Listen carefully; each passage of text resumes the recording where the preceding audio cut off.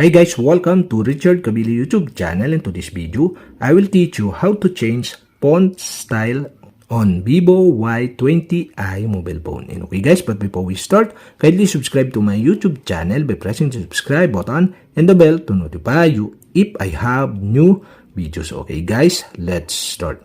So okay guys, all you have to do is go to setting in your ViVO Y20i mobile phone. And okay guys, here in settings, okay, go to display and brightness. And display and brightness, okay, go to font style. And okay guys, here in font style, there are two options, the default and the classic fonts.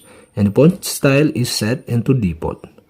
And okay guys, to change into classic fonts, you'll have to do is tap the classic fonts and tap the apply button below.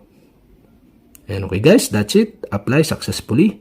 And okay guys, we have successfully changed the font style on ViVO Y20i mobile phone. And okay guys, if you have a question, kindly comment below. And don't forget to hit the subscribe button and the bell to notify you if I have new videos. Okay guys, thank you for watching.